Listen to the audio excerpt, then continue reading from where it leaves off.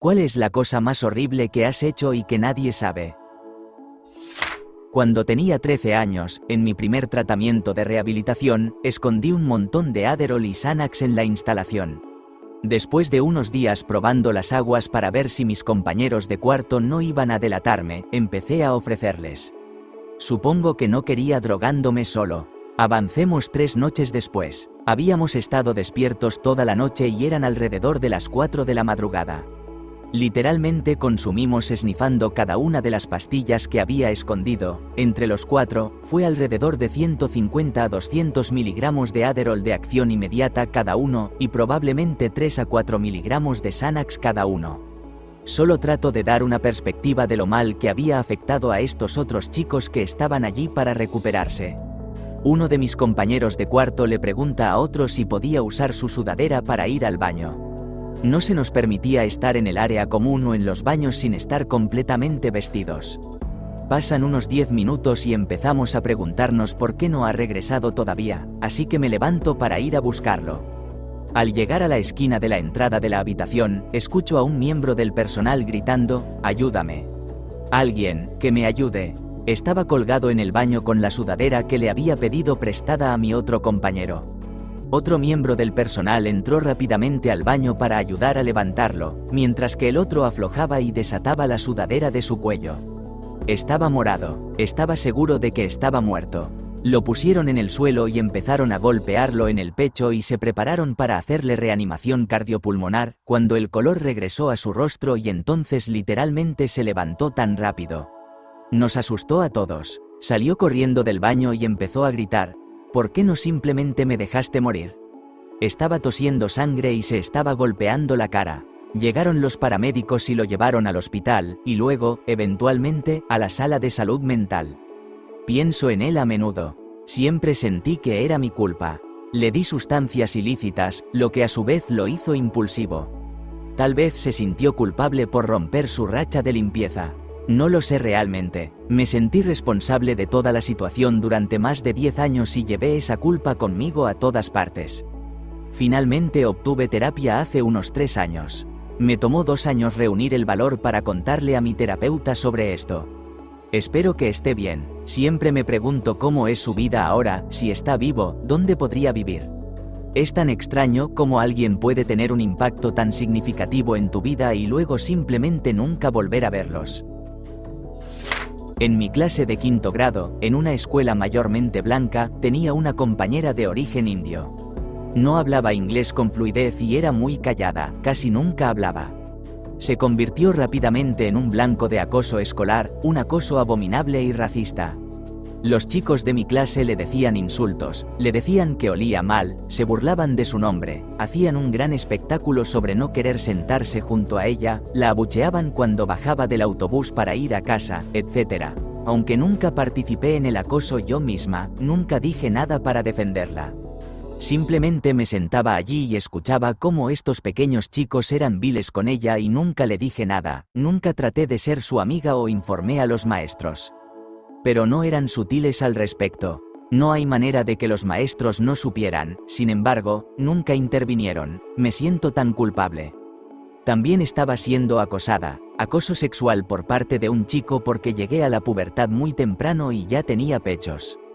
Deseaba desesperadamente que alguien le dijera a mis maestros lo que estaba sucediendo o que me defendiera. Desearía haber podido defenderla también. Literalmente solo apartaba la mirada, no podía siquiera mirarla. Desearía haberla mirado para que supiera que alguien la veía y no la odiaba ni pensaba que era repugnante. Espero que ella esté prosperando ahora. Cuando tenía 10 años, había una niña en mi escuela, 2 años mayor que yo, que caminaba con una cojera todo el tiempo. Era muy amable y generalmente nos llevábamos bien cuando la veía por la escuela, era una escuela muy pequeña. Me gustaba bromear con todos en la escuela, hacer chistes sarcásticos y burlas sin sentido, porque quería ser el niño tonto que hacía reír a todos. Con esta niña, solía burlarme de la forma en que caminaba e incluso a veces la imitaba porque pensaba que era solo una peculiaridad suya, como la manera en que algunas personas resoplan al reír. Nunca parecía molesta cuando hacía eso, simplemente se reía un poco, así que pensé que estaba bien. Un día, entré al baño y ella estaba allí con su hermana gemela. No recuerdo exactamente lo que dije, pero mencioné su cojera de pasada y ella estalló en llanto. Me quedé sorprendido, ya que lo había hecho tantas veces antes y nunca parecía afectarle. Su hermana la consoló y me dijo: «Sabes, a veces las palabras que dices lastiman a las personas». Estaba tan sorprendido que no dije nada en ese momento y simplemente me fui. Era un niño tan tonto que nunca me detuve a pensar por qué caminaba diferente a los demás en la escuela. Con el tiempo, la vida siguió y años después vi una larga publicación en Facebook de ella explicando lo feliz que estaba por finalmente haber tenido una cirugía que corrigió un defecto de nacimiento que tenía en las piernas. Esa fue la primera vez que supe de su condición. Me siento horrible por haber sido tan ignorante. Estaba tan lleno de mí mismo y de mis propias experiencias que nunca consideré lo que otras personas pueden estar viviendo, ya sea visible o no. Ha pasado más de una década desde entonces, pero todavía me arrepiento de la manera en que actué y nunca le dije que lo sentía porque realmente era demasiado estúpido para entender lo que estaba sucediendo a pesar de que su hermana me lo hizo ver. Siempre me he sentido tan avergonzado por esto que nunca se lo conté a nadie. Consideré disculparme con ella años después, pero nunca fuimos cercanas y tengo miedo de que la disculpa me sirva más a mí para aliviar mi culpa que a ella. No estaba seguro de si debía revivir el pasado de esa manera. Parece estar viviendo una vida muy exitosa y feliz con su familia, y me alegra que esté así, porque siempre fue la más amable. Realmente lamento haber herido alguna vez a ese con mi comportamiento. Ojalá pudiera borrar todas las cosas crueles que te dije cuando era un niño. Hace aproximadamente 15 años, mi papá me llamó y yo lo apuré para que cortara, porque tenía que trabajar en una hora.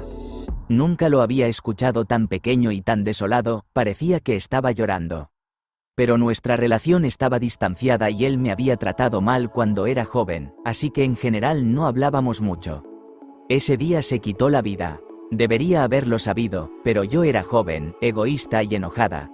Si soy honesta, he estado viviendo en piloto automático todos los días desde entonces. Destruí mi relación, me mudé a 4.800 kilómetros de casa, y no hablo mucho con mi familia. Siempre me dije que no quería ser como él, pero la única diferencia es que elegí no tener hijos para romper el ciclo. Estoy sola, envejeciendo y no tengo nada que esperar, más que trabajar y quedarme en casa. Mi expareja era abusiva mental y psicológicamente. Me atormentaba hasta que llegaba a estar completamente descontrolada, y luego hacía que pareciera que yo era la loca y la abusiva. Terminé golpeándolo 1 o 2 veces. Nunca he levantado la mano contra ninguna otra pareja con la que he salido. Ahora sé que esto se llama abuso reactivo, donde ellos te atormentan hasta el punto de hacerte reaccionar de manera inapropiada y luego hacen un espectáculo de que tú eres la mala. Terminé hospitalizada brevemente pensando que yo era abusiva y estaba rota. Ahora sé que no fue mi culpa per se, pero aún cargando mucho sentimiento de culpa y la inseguridad de lo que la gente pensaría si lo supiera.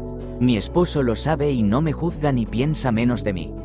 Probablemente porque, sorpresa, me trata bien y nunca he tenido ese tipo de reacción a su alrededor. En la escuela primaria, cuando tenía alrededor de 9 o 10 años, era Navidad. Teníamos un intercambio de regalos en clase, donde cada quien recibe el nombre de una persona al azar para hacerle un regalo. Creo que el límite era de $5. La maestra colocaba los regalos bajo el árbol en clase cada vez que alguien traía un regalo temprano, y un día un grupo de nosotros estaba debajo del árbol mirando todos los presentes y comparando los regalos, ya que algunos de ellos ya tenían nuestros nombres escritos. Todos estábamos riendo y bromeando, tratando de adivinar qué podría ser cada regalo, y yo tomé uno pequeño y me sorprendió que estuviera dirigido a mí. Bromeé diciendo: «Mira este pedazo de mierda». Y todos nos reímos. Después de la escuela, al salir, se me acercó una chica que era conocida por ser bastante tímida y callada, y que nunca había maldecido, y me preguntó por qué había llamado al regalo un pedazo de mierda. Me sorprendí y quedé aturdido, no dije nada y me fui. Más tarde me di cuenta de que ella estaba defendiendo a su mejor amiga de aquel entonces, que también era callada y alguien a quien conocía cordialmente, y sospechaba que tenía un crush en mí. Me sentí absolutamente terrible, ya que sospechaba que ella también venía de un entorno humilde y eventos como ese debieron ser un esfuerzo, requiriendo un dinero que simplemente no tenían. Temía el día en que todos abriéramos nuestros regalos, porque no era un libre para todos, cada persona abría su regalo frente a toda la clase y se revelaba quién había dado el regalo. Nunca había sentido que no merecía un regalo antes, era un pequeño juego de papelería. Si mal no recuerdo, han pasado aproximadamente 25 años, y es un recuerdo y arrepentimiento central de la escuela primaria. Rebeca, lamento haberlo dicho y lamento haber sido demasiado cobarde para disculparme contigo cara a cara. Cuando era niño en los años 90, mis padres se divorciaron, y me preguntaron con cuál de ellos quería vivir y, sin pensar en ningún sentimiento, solo dije que con mi papá. ¿Qué puedo decir? Fue un impulso de niño pequeño. No es que mi papá no sea genial, pero definitivamente no estaba pensando en los sentimientos de mi mamá o en cómo se habría sentido al ser descartada de inmediato. En fin, una de las cosas en las que me metí mucho fue en la serie de libros de Animorph. Estuve súper obsesionado con la lectura durante toda mi infancia, y realmente me encantaba Animorph. Cada vez que salía un libro nuevo, le suplicaba a mi mamá que me lo comprara, principalmente porque mi papá siempre estaba esforzándose por pagar todo y generalmente me decía que no. Bueno, un fin de semana me quedé en casa de mi mamá y me desperté al escucharla llorando por teléfono con alguien en la otra habitación, así que, siendo el niño travieso que era, decidí escuchar a escondidas. No sé con quién estaba hablando, pero sonaba miserable y hablaba sobre cómo estaba bastante segura de que la única razón por la que quería verme era para que me comprara libros. Podía notar que estaba llorando y bastante triste. Me impactó, me sentí terrible. No voy a decir que nunca más le pedí un libro, pero definitivamente reduje mucho eso, y solo le pedía de vez en cuando, e intentaba concentrarme más en el momento cuando estaba con ella. Ya ha pasado más de 25 años, pero aún me da vergüenza pensar en eso. Nunca me expresó nada parecido y nunca he hablado con ella sobre haberla escuchado en ese momento. Esto es algo que siempre me ha estado carcomiendo. Cuando tenía alrededor de 14 años, estaba en mi sala de estar simplemente conversando con mis padres y mi hermano mayor. Un poco de contexto sobre mi papá. Tuvo polio cuando era pequeño, lo que llevó a que tuviera los pies un poco deformes. Esa noche, comenzamos a hablar sobre lo grande que es la familia de mi papá y sobre cómo él era el más joven de su familia, siendo el 13 grados hijo. Mi hermano siguió con un comentario sobre que el 13 es un número de mala suerte. En un intento de hacer una broma, solté: por eso tiene un pie torcido, y, desafortunadamente, mi hermano se rió. Inmediatamente vi cómo la expresión de mi papá se caía y se excusó. Nunca lo mencionó y yo estaba demasiado avergonzado para disculparme. Mi mamá me dijo años después que mi papá lloró esa noche y expresó que esperaba que la gente se burlara de él por sus pies, pero nunca esperó que sus propios hijos lo hicieran. Eso realmente me enseñó el peso de las palabras y es algo que llevo conmigo hasta el día de hoy. Lo siento, papá. Muy pocas personas lo saben, pero cuando recién me gradué de la secundaria, una chica que iba a una escuela secundaria local entró al restaurante en el que trabajaba. Llevaba un parche en el ojo y, siendo un adolescente rebelde que intentaba hacer reír a mis compañeros de trabajo, fui a la parte de atrás y hice un comentario tonto que decía algo como: sería linda si tuviera ambos ojos. Ya era algo terrible y horrible de decir. Me arrepiento absolutamente de esa afirmación, incluso sin contexto. Resulta que ella estaba asistiendo al concierto en Las Vegas cuando Steven Paddock decidió intentar matar a la mayor cantidad de personas posible que asistían. Nunca me había sentido tan llenos de remordimientos instantáneos en mi vida. Estaba en Japón con algunos amigos en un buen restaurante de sushi. Había mucha bebida y mucho pescado crudo, y mi estómago no lo manejó bien. Antes de irnos, sentí que necesitaba usar el baño, pero quería esperar hasta que regresáramos a nuestro departamento por cuestión de decoro. Este fue mi primer error. Cuanto más nos acercábamos al apartamento, peor se ponía la situación, pero logré aguantar. Luego llegamos a la puerta. Nadie podía encontrar su llave. Un poco de la erupción del volcán comenzó. Logramos contactar a un amigo que se había quedado adentro para que viniera a abrirnos. El resto de mis amigos también necesitaba usar las instalaciones con urgencia, pero sus visitas serían menos prolongadas que la mía. Yo ya había liberado algo de presión, así que pensé que podría esperar unos minutos más para asegurarme de que no dejáramos un charco maloliente en nuestro alquiler. Este fue mi segundo error. Mientras mi segundo amigo usaba el baño, una fuerza inhumana atacó mi recto. Una ola de desastre venía y ninguna fuerza como mi esfínter anal iba a detenerla. Golpeé la puerta, pero ya era demasiado tarde. Para cuando mi amigo me permitió entrar, segundos después, la presa había cedido. Una avalancha se desbordó en mi ropa interior. Entré rápidamente y cerré la puerta tras de mí, pensando que, a pesar de la indignidad que había sufrido, al menos lo peor ya había pasado. Este fue mi error final. Al bajar mis pantalones y agacharme, fui sacudido por una rémora. Petróleo crudo salió disparado por la parte de atrás del inodoro antes de que pudiera tapar el pozo. Estuve sentado con mi espalda a la obra de arte moderno que había pintado en nuestro único inodoro de alquiler, mortificado. Después de permitirme unos momentos para indulgirme en la vergüenza y liberarme de mis otras cargas, inspeccioné el daño. El inodoro estaba mal, había ensuciado la parte de atrás del asiento y un poco del suelo detrás de él. Mi ropa interior estaba en un estado aún más lamentable.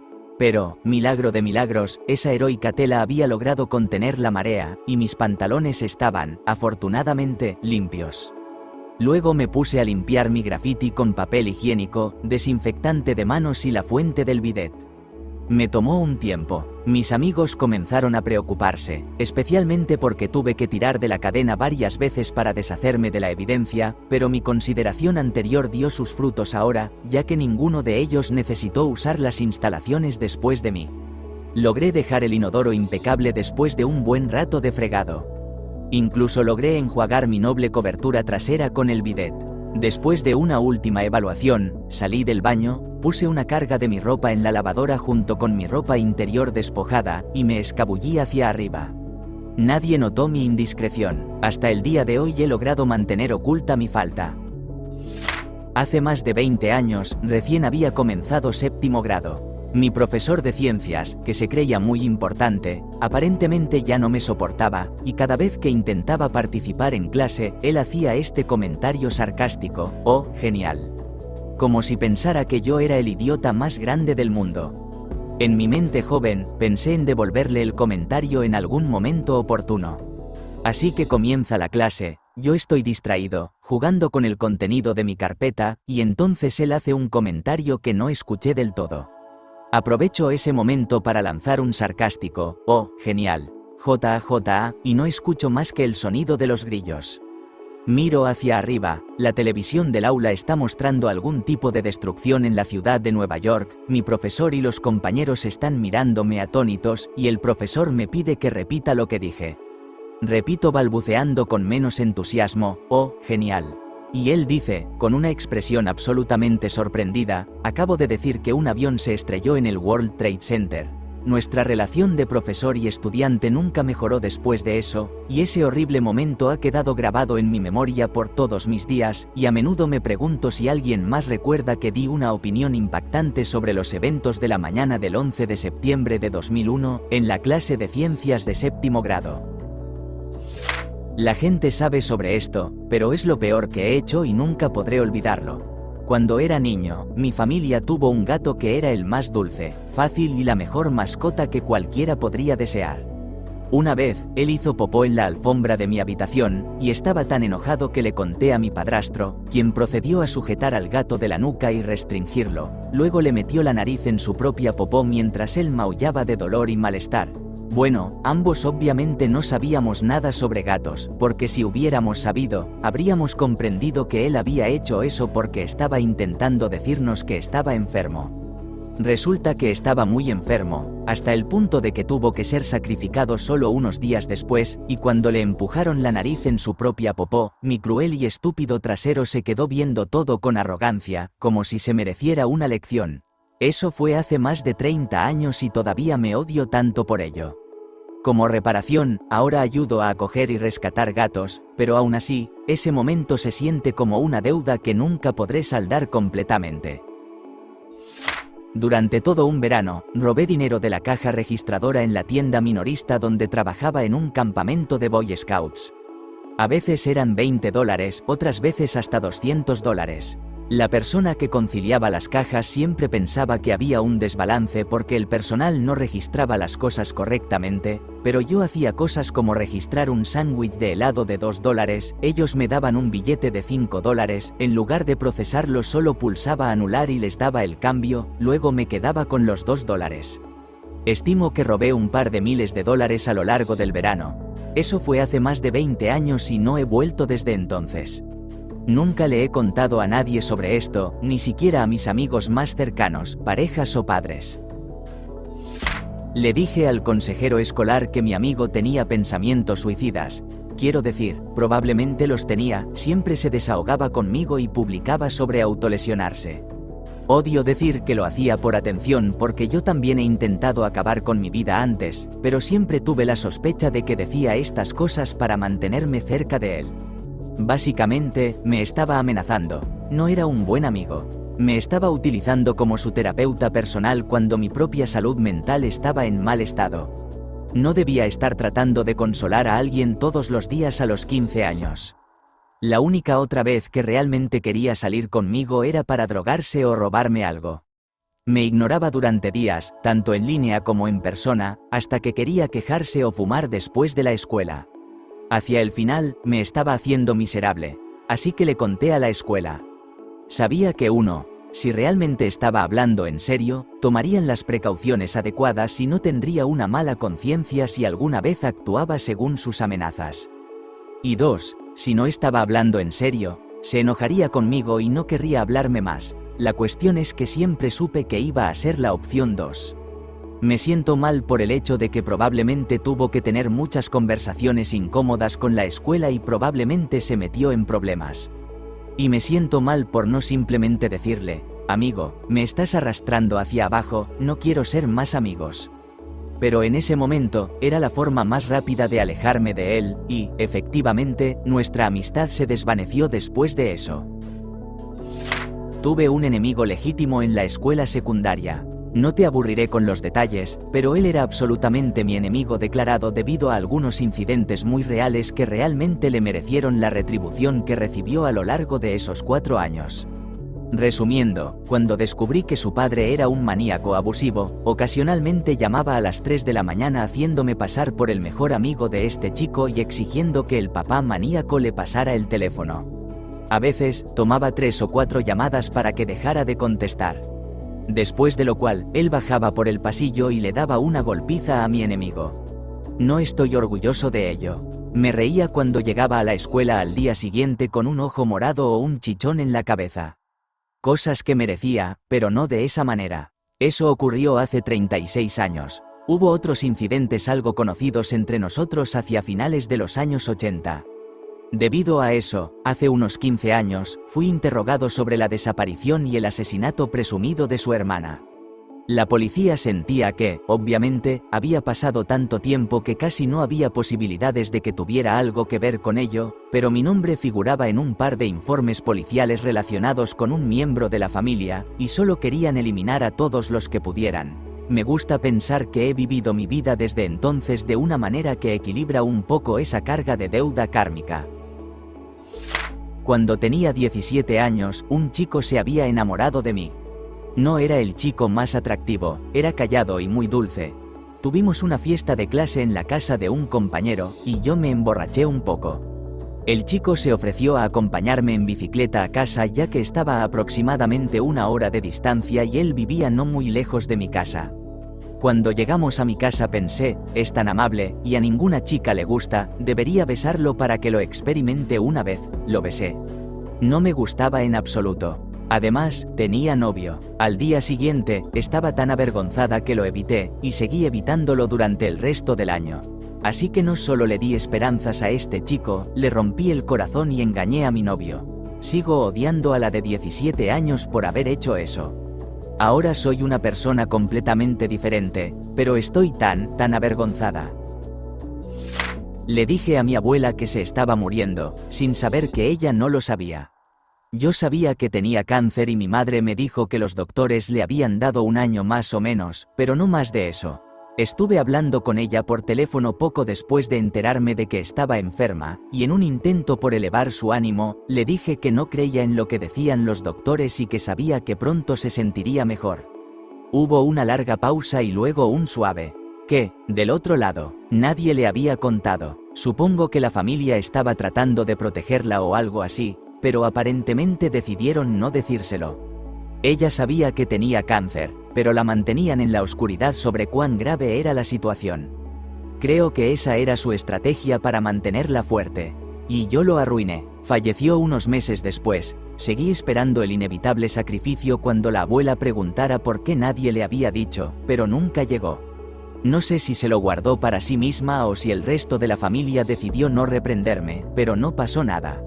Aún me siento mal por eso. No sabía que todos la mantenían en la oscuridad, pero aún así, qué error.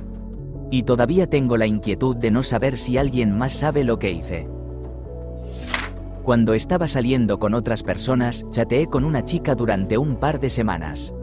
Parecía ser una persona realmente agradable, aunque un poco inestable. Hablamos sobre vernos en algún momento, pero ella estaba demorando por alguna razón, así que mi interés comenzó a disminuir un poco. Tenía algunas opciones, por lo que de alguna manera me perdí este largo mensaje que recibí.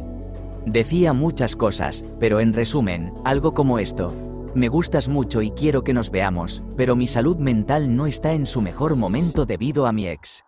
No es algo que le digo a nadie, y estoy viendo a un psicólogo sobre esto, y estoy mejorando. Si aún quieres estar conmigo sabiendo esto, me gustaría mucho tener una cita.